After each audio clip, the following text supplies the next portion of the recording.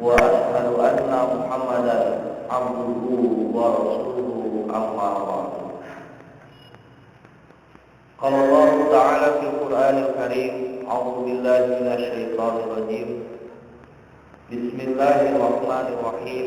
والعصر إن الإنسان لفي خسر إلا الذين آمنوا وعملوا الصالحات وتواصوا بالحق وتواصوا بالصبر. Hadirin sidang Jumat rahimahullah, sebagaimana yang kita maklumi bahwa manusia merupakan makhluk ijtimai, makhluk sosial yang senantiasa membutuhkan dan memerlukan kepada kelebihan yang dimiliki orang lain. Tidak ada satupun manusia yang ada di muka bumi ini yang tidak merasa butuh, tidak memerlukan kepada bantuan, tidak membutuhkan kepada pertolongan orang lain. Itu tidak akan ada. Walaupun secara teori ada istilah manusia individualistis, tapi pada kenyataannya, pada prakteknya, itu tidak akan ada yang terjadi seperti itu. Kenapa? Karena justru bagi seorang manusia, semakin banyak kepemilikan yang ada pada dirinya, semakin besar jabatan yang dia miliki, sebetulnya manusia akan semakin besar kebutuhan kepada orang lain. Jadi jangan dianggap semakin hebat orang, maka kebutuhan kepada orang lain itu akan semakin menguras. Tidak. Justru manusia semakin dianggap hebat, semakin besar, semakin banyak kepemilikannya, akan semakin besar pula kebutuhan dia kepada orang lain. Akan berbeda volume kebutuhan seseorang yang hanya memiliki rumah dengan ukuran 4x6 dengan orang yang memiliki kamar ukuran 40x60. Orang yang memiliki rumah hanya dengan ukuran 4x6 terkudu pakai pembantu. Di pegawai ku sorangan yang ngabersihan, waktu masih kena loba. Masih banyak waktu hanya dengan sendiri dia membersihkan rumahnya. Tapi orang yang punya kamar 40x60 ukurannya, itu tidak akan cukup hanya dengan satu orang. Saya yakin dengan ukuran kamarnya saja seperti itu, akan banyak orang yang dia butuhkan untuk membersihkan kamarnya. Saya yakin bakal dibagi-bagi tugas. Kamar 40x60 tentu akan dibagi khusus karena pel lantai nawungkul. Ada yang khusus membereskan tempat tidurnya saja. Sampai ada yang khusus ngebersihan kaca nawungkul. Bagi orang yang punya kamar 40x60 akan semakin besar, semakin banyak kebutuhannya kepada orang lain. Makanya dengan ungkapan dan bukti nyata di lapangan, jelaslah manusia diakui ataupun tidak, mengakui ataupun tidak, akan senantiasa membutuhkan kepada campur tangan orang lain untuk memenuhi hajatnya dan juga untuk menyeimbangkan kehidupannya. Hadirin sidang Jumat rahimahumullah. Dan keseimbangan ini akan terjadi dalam arti ketika orang merasakan dirinya butuh kepada orang lain, ketika orang lain membutuhkan kepada dirinya, dan kebutuhannya itu kemudian terpenuhi. Sebetulnya hal ini terjadi ketika adanya penghargaan dan juga kepedulian kepada sesama. Tanpa penghargaan, saya yakin walaupun orang itu banyak uang, walaupun itu orang itu besar jabatannya, saya yakin kebutuhan dan kepentingan dirinya akan sangat sulit untuk diwujudkan. Kenapa? Karena manusia pada dasarnya masing-masing membutuhkan kepada penghargaan. Itulah sifat dasar manusia. Lain ku duit-duit teuing sabenerna mah demo ngan teu penghargaan. Bukan karena materi semata. Orang sampai tidak hormat kepada pimpinan?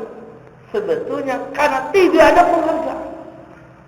Ketika penghargaan tidak ada, maka tentu akan muncullah sifat-sifat yang tidak sebetulnya harus terjadi, yang akan mengakibatkan hilangnya keseimbangan kehidupan di sosial masyarakat itu sendiri.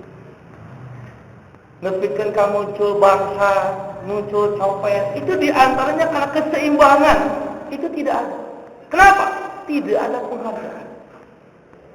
Seorang istri saja bukan hanya sekedar dirinya dihargai dalam artian secara materi, penghargaan secara moral itu sangat dibutuhkan oleh masing-masing orang. Itu sebetulnya.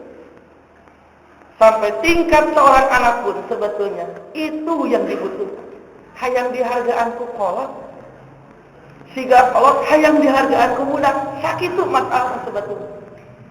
Tapi dari sini nanti akan melebar kepada masalah-masalah sosial yang lain. Oleh karena itu, penghargaan dan juga keadilan adalah dasar yang sangat-sangat mendasar untuk terjalinnya hubungan sosial yang harmonis, untuk terciptanya keseimbangan hidup sosial manusia. Cuma masalahnya sekarang adalah ketika kita berbicara menghargai, ini perlu diluruskan. Karena ternyata dewasa ini, sekarang ini, makna penghargaan sudah menyimpang dari makna yang sesungguhnya. Jadi ayeuna mah disebut penghargaan teh ngantepkeun, Pak. Saya ulangi sekali lagi. Menghargai sekarang ini maknanya sudah lain dari makna yang sebetulnya. Penghargaan yang dimaksud oleh kita sekarang, menghargai atau saling menghargai, sekarang itu maknanya sudah sama dengan saling membiarkan. Makanya jangan kaget kalau punya tetangga salah, cerai ngabenarkeun ya Pak. Alasan nanti ngahargaan. Ada pimpinan melakukan kesalahan, Bapak tidak boleh menegur. Kenapa? Alasannya menghargai. Bising kasinggung, bising tegenahan, bising punung, itu kan yang terjadi. Akhirnya apa? Penghargaan di kita maknanya justru menjadi apa istilahnya? Menjadi tidak peduli, menjadi acuh tak acuh kepada kondisi sosial masyarakat. Nepikeun ka guru ge teu daek nanyakeun, murid saja tidak berani bertanya kepada gurunya yang menjelaskan masalah yang kurang jelas. Alasannya apa? Menghargai. Ini kan yang jadi masalah. Kenapa istri tidak mau bertanya ketika suami tidak mau sholat? Alasannya menghargai, privasi. Akhirnya apa? Akhirnya penghargaan di kita bermakna membiarkan masalah-masalah yang dianggap tabu atau dianggap sentimen yang akan terjadi. Makanya kenapa RUU pornografi ayeuna pan jadi masalah? Alasannya enteng, tidak menghargai kan gitu. Tidak menghargai apa istilahnya hak asasi manusia, hak asasi dalam mengapresiasikan dirinya. Tidak menghargai keputusan dan juga kesimpulan orang lain. Itu kan alasannya. Maka ditolak RUU pornografi. Alasannya apa? Mereka tidak menghargai pendapat orang lain. Padahal lamun orang dipikir-pikir, lamun rek penghargaan, tong ngomong atau gitu kan. Ya kan ketika mereka mendemo menolak RUU pornografi dengan alasan tidak menghargai, sebetulnya mereka sendiri juga yang sudah tidak menghargai pendapat orang lain, begitu kan? Jadi akhirnya kemana ini kembalinya? Masalahnya adalah kepentingan kita dan juga kesadaran kita kepada apa yang sedang dibicarakan. Ini masalahnya. Hadirin sidang Jumat rahimakumullah. Dalam sebuah riwayat pernah dikatakan Rasulullah pernah sholat siang. Sholat siang ini di dalam hadisnya ada mengatakan sholat zuhur, tapi ada juga yang mengatakan ini sholat asar. Cuma yang jelas ini sholat pada siang hari. Apa yang jadi masalah? Ketika Nabi sholat dan mengimami orang-orang, ternyata baru 2 rakaat sudah salat. Padahal Orang-orang sudah tahu bahwa sholat zuhur atau asar itu setelah hijrah ke Madinah itu jumlahnya 4 rakaat. Karena setelah hijrah, sebelum hijrah, sholat itu semuanya 2 rakaat. Jadi ketika di Mekah, sholat semuanya 2 rakaat, kecuali maghrib. Di maghrib itu sejak dulu 3 rakaat. Nah, ketika hijrah ke Madinah, ada tambahan syariat. Ditambah 2 rakaat, kecuali subuh dan maghrib. Jadi ketika hijrah ke Madinah, maghrib tetap 3. Kemudian subuh tetap 2. Adapun yang lain ditambah 2 rakaat menjadi 4 rakaat. Tapi yang jadi masalah, ketika Nabi sholat mengimami, padahal sudah di Madinah, syariat sudah berubah. Sholat zuhur atau asar, baru 2 rakaat sudah salah. Beres. Ternyata tidak ada satupun jamaah yang berani menanyakan masalah itu. Ngan ribut kan itu kan gitu. Iya kan? Ini yang jadi masalah. Ribut. Yang satu mengatakan jangan-jangan Nabi lupa. Tapi yang lain mengatakan lain, sigana mah diganti deui syariatnya. Balik deui ka baheula. Jangan-jangan syariatnya berubah lagi. Dua pendapat ini tidak ada yang pasti benar, tidak pasti yang salah. Karena keduanya ada kemungkinan. Disebut lupa, mungkin. Nabi itu kan juga manusia. Dikatakan berubah syariat, mungkin saja. Karena kan ketika Nabi ada, wahyu itu masih turun. Artinya, masih ada kemungkinan syariat juga berubah. Tapi masalahnya kan terberes.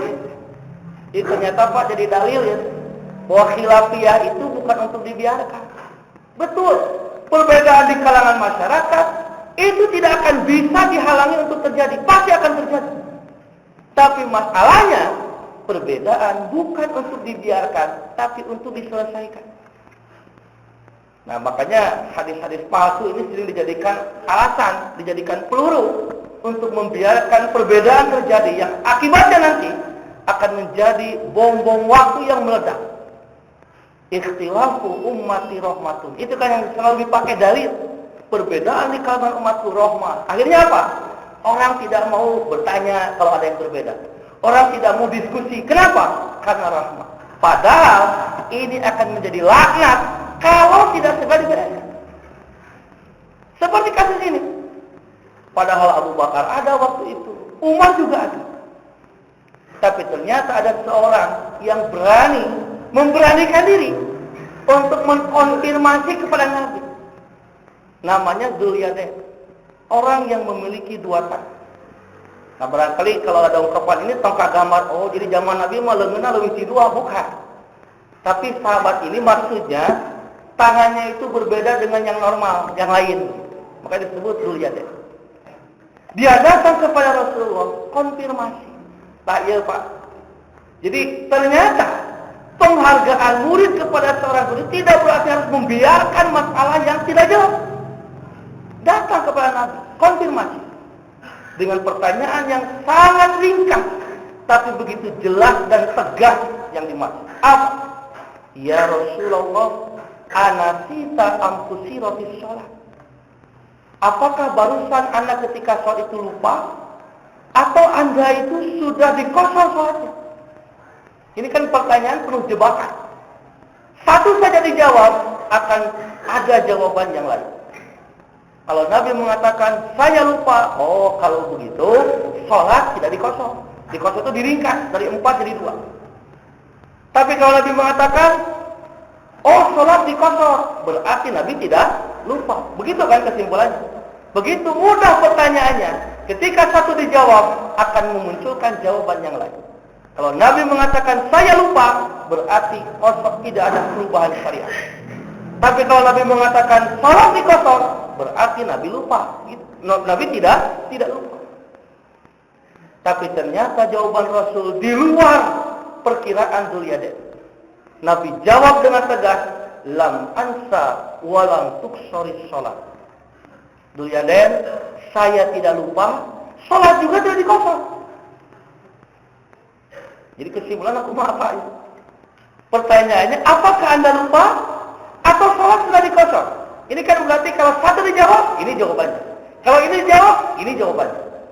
Tapi justru jawaban Nabi di luar dugaan. Saya tidak lupa, salat pun tidak dikosor. Tapi justru dengan jawaban itu, Dzul Yadain dengan tegas mengatakan, qad nasita. Kalau begitu, Anda lupa. Kenapa Dzul Yadain menyatakan begitu? Padahal Nabi mengatakan dengan tegas, saya tidak lupa. Dzul Yadain berkesimpulan dari ucapan Nabi itu sendiri. Apa? Nabi mengatakan saya tidak lupa. Salat juga tidak dikosor. Tapi kenyataan, salat berapa rakaat? Cuma 2 rakaat. Makanya Dzul Yadain mengatakan, kalau begitu Anda lupa. Nah, ini jadi dalil, Pak. Makanya kalau orang lupa itu bukan yakin ingat. Bukan yakin lupa. Tapi yakin ingat ya itu. Mata kalau nu popolotot ka bapak gitu nu poho tong ngilu amak bapak. Kenapa? Karena lupa. Karena orang yang lupa itu yakin ingat, yakin benar, yakin tidak salah, begitu kan? Ditagih teh ku bapak, Pak, can mayat geus. Acan geus, maka jeung sumpah sagala. Tingalikeun we bona ohnya saya poho tuh. Makanya yang lupa begitu. Seperti Nabi dengan tegas mengatakan, saya tidak lupa. Tapi kata Dzul Yadain, Anda lupa. Maka ketika konfirmasi Nabi kepada para sahabat, betul, saya tadi sholat 2 rakaat, semua menjawab betul. Akhirnya Nabi mengatakan, innama ana basyarun mislukum ansa kama tansawna. Sesungguhnya aku ini adalah manusia sama seperti kalian. Saya lupa sebagaimana kalian mengalami lupa. Tahir, Pak. Inilah yang disebut dengan menghargai. Ternyata penghargaan itu tidak selamanya harus membiarkan. Ternyata penghargaan itu tidak selamanya harus memberikan sesuatu yang sesuai dengan keinginan orang yang kita hargai. Sewaktu-waktu mau penghargaan bentuknya menyakitkan. Sewaktu-waktu penghargaan itu bentuknya tidak mengenakan hati. Siga bapak salah di bejaan sapan tegenahnya, Pak. Siga jalma nu koret disebut koret, padahal teh tegenah ke koret, sadajana koret. Tapi kan tidak ada. Seperti orang yang melakukan manipulasi, korupsi di bejaan anak buah tegenah. Tapi ini Nabi lakukan dengan kalimat yang begitu bijaksana, menunjukkan bahwa Nabi menerima koreksi, menerima masukan dari sahabat yang menjadi bawahan ataupun menjadi murid.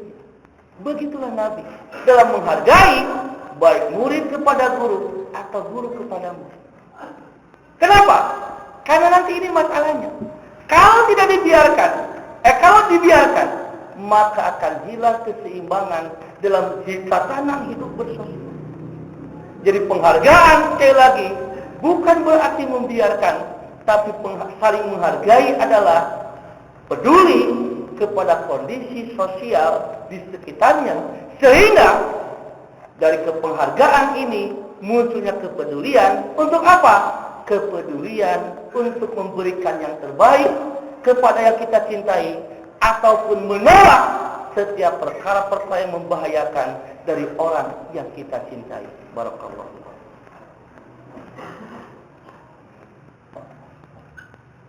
Alhamdulillahilladzi arsala rasulahu bil huda wa dinil haq liyudhhirahu 'ala ad-dini kullihi wa kafa billahi shahidan.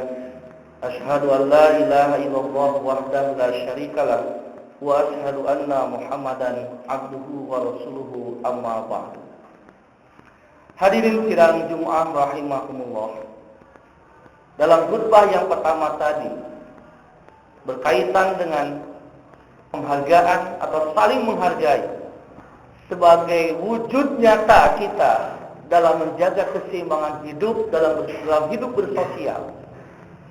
Maka pada kesimpulannya adalah bahwa saling menghargai itu memiliki arti yang sangat besar dalam makna amar ma'ruf nahi munkar. Selama kita peduli kepada kondisi sosial, dalam artian peduli bukan kepada sesuatu yang menyenangkan saja, tapi ketika dalam kondisi-kondisi yang kita yakin ini akan menyebabkan orang lain tidak senang, ini pun bagian dari saling menghargai. Mun aya tatangga ngajieun jalan, ngaruksak kana jalan raya, bejaan. Apa? sebagai bentuk tanggung jawab kita dalam menghargai dan menjaga keseimbangan tatanan hidup sosial dalam hidup bersosial. Ketika ini hilang, maka tentu akan timbul ketidakseimbangan, akan timbul kehancuran.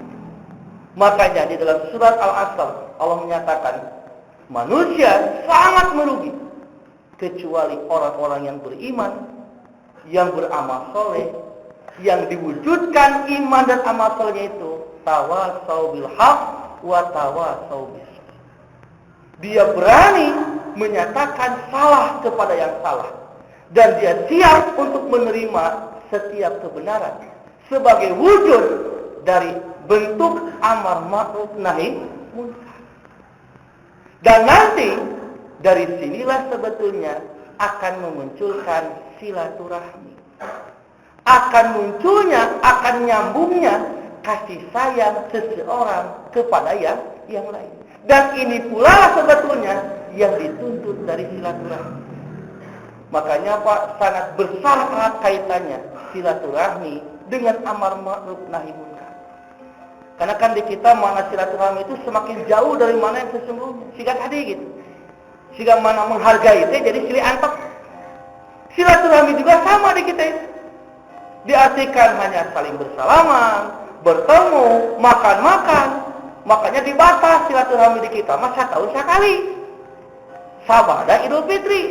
Nepikeun ka kajadian silaturahmi terjadi di urang. Masa ada silaturahmi terjadi? Dan mananya tadi gitu. Bahkan di kita silaturahmi jadi tadi mananya.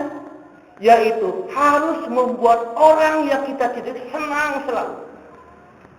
Sampai ada istilah, kenapa Bapak tidak menegur? Itu kan tetangga Bapak. Bukan tidak mau menegur, tapi saya takut putus silaturahmi. Maksudnya apa?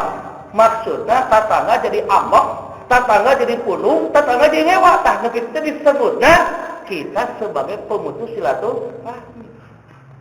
Padahal silaturahmi dari awal bukan menekankan orang lain supaya cinta kepada kita. Tapi silaturahmi penekanannya kita dituntut untuk mencintai sesama. Dengan cara apa? Dengan cara memberikan yang terbaik dan juga berusaha menghalangi bahaya-bahaya yang akan menimpa kepada saudara kita. Adapun akibatnya, itu kan ada dua kemungkinan. Dalam urangnya, dua kan kemungkinannya Pak. Mungkin batu malas kasih sayang kita, atau mungkin sebaliknya, yaitu resiko. Makanya kalau memutuskan silaturahmi diartikan seperti tadi, kalau orang kita kasih tahu marah, kita memutuskan silaturahmi. Kalau kita mengasih tahu orang lain menjadi benci kepada kita putus silaturahmi. Barangkali kalau itu mana silaturahmi, Nabi lah yang pertama kali memutuskan silaturahmi. Kenapa saya katakan demikian?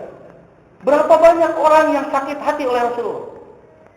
Berapa banyak orang yang tersinggung oleh Nabi? Abu Jahal itu kan tersinggung oleh Nabi Muhammad. Abu Lahab itu sakit hati oleh Nabi Muhammad. Ketika Nabi mengumandangkan syariatnya, risalahnya, itu kan banyak yang tersinggung. Berarti kalau begitu tadi mana silaturahmi, Nabi kita memutuskan ke silaturahmi. Kalau itu mana? Makanya dari awal silaturahmi itu adalah isalu ma amkana minal khairi wa daf'u ma amkana minas syarr. Berusaha semaksimal mungkin menyampaikan sesuatu yang baik sesuai dengan kemampuannya dan berusaha untuk menolak, menahan segala kemungkinan-kemungkinan yang membahayakan. Makanya Al-Quran dengan sangat diplomatis mengatakan, Ku anfusakum wa ahlikum nar. Jagalah diri kamu, sayangilah diri kamu, silaturahmilah dengan diri kamu. Sebab banyak orang yang sayang kepada orang lain, tapi dirinya dilupakan. Kabatur ditah sholat, kabatur ditah zakat, kabatur berbagai tong korupsi, manehna lupa heulana teu sholat, manehna lupa heulana teu zakat. Dia kan tidak sayang kepada diri. Ketika sayang kepada diri, wa ahlikum, sayangi juga keluarga kamu.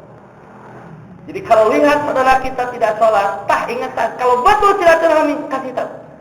Kalau istri kita belum pakai menutup aurat, kasih tahu kalau betul kita sayang kepada istri kita. Kalau anak kita belum benar sholatnya, kasih tahu kalau betul kita sayang kepada anak kita. Kenapa? Karena hakikat kasih sayang adalah sejauh mana pembilan kita supaya orang-orang yang kita cintai terselamatkan dari api neraka. Kalau ini belum ada dalam diri kita, jadi kalau kita hanya sayang kesadunya yang hukum, sebetulnya silaturahmi itu belum terwujud. Karena silaturahmi yang hakiki adalah berusaha menyelamatkan, berusaha mengingatkan supaya orang-orang yang kita cintai, yaitu diri kita dan keluarga kita, terbebas dari api neraka. Dan terakhir sebagai penutup, saya katakan dari awal tadi, ketika kita menyayangi orang, sebetulnya haruslah kita itu menyayangi diri kita. Ketika kita mengingatkan orang, sebetulnya kita bukan sayang kepada orang itu, tapi sayang kepada diri kita. Makanya Pak, lamun Bapak merebeja ka batur, terus batur teh amak, dan lain ke batur tadi sebetulnya. Tapi untuk diri kita. Minimal dengan kita mengingatkan orang lain, dengan kita menyampaikan kesalahan orang lain, kita terbebas dari dosa, membiarkan kemaksiatan, membiarkan kesalahan. Sebagaimana yang Allah ingatkan, ittaqu wattaqu fitnatan la tusibanna allazina zalamu minkum khassah. Takutlah kalian kepada azab Allah yang akan Allah berikan bukan saja kepada orang yang berbuat zalim saja, yang tidak berbuat pun akan terkena imbasnya. Mendengar ayat ini sahabat kaget. Kenapa? Karena sahabat sudah dapat ilmu dari Nabi bahwa dosa tidak akan ditanggung kecuali oleh pelakunya masing-masing. Ayeuna ayat-ayat menyebutkan bakal benang anu teu ikut-ikut dosa. Kenapa? Kata Nabi, bukan itu maksud ayat itu. Tapi maksud ayat itu adalah kalau ada orang yang melihat kemaksiatan dan dia sanggup untuk meluruskan. Sehingga bapak ningali budak salah kan sanggupnya Pak. Kenapa bapak tidak sanggup? Kan bapak. Melihat isi maksiat bapak kan sanggup. Tapi ternyata tidak dia lakukan, dia malah cuek, dia malah membiarkan. Kata Nabi, itulah yang dimaksud dengan ayat itu. Pada saat itu orang yang membiarkan kemaksiatan itu pun akan terkena imbas dari adab Allah. Jadi orang ngademo maksiat lain ikut campur masalah batu lain. Ieu teh kenyalamatkeun diri urang. Sabab lamun aya maksiat hareupeun urang dianggap, kita pun sebetulnya akan terkena imbasnya. Itu masalahnya. Jadi oleh karena itu, silaturahmi dan juga tadi, itulah intinya adalah memunculkan kepedulian dalam diri kita masing-masing terhadap kondisi sosial yang ada di sekitarnya. Insya Allah, jika ini yang terbukti dan ini yang terwujud, maka akan terlahirlah silaturahmi yang hakiki, silaturahmi yang betul-betul akan memberikan kebaikan, bukan saja di dunia, tapi di akhirat. Aku qouli hadza wa astaghfirullah li wa lakum. Rabbana atina fid dunya hasanah wa fil akhirati hasanah wa qina adzabannar. Assalamualaikum warahmatullahi wabarakatuh.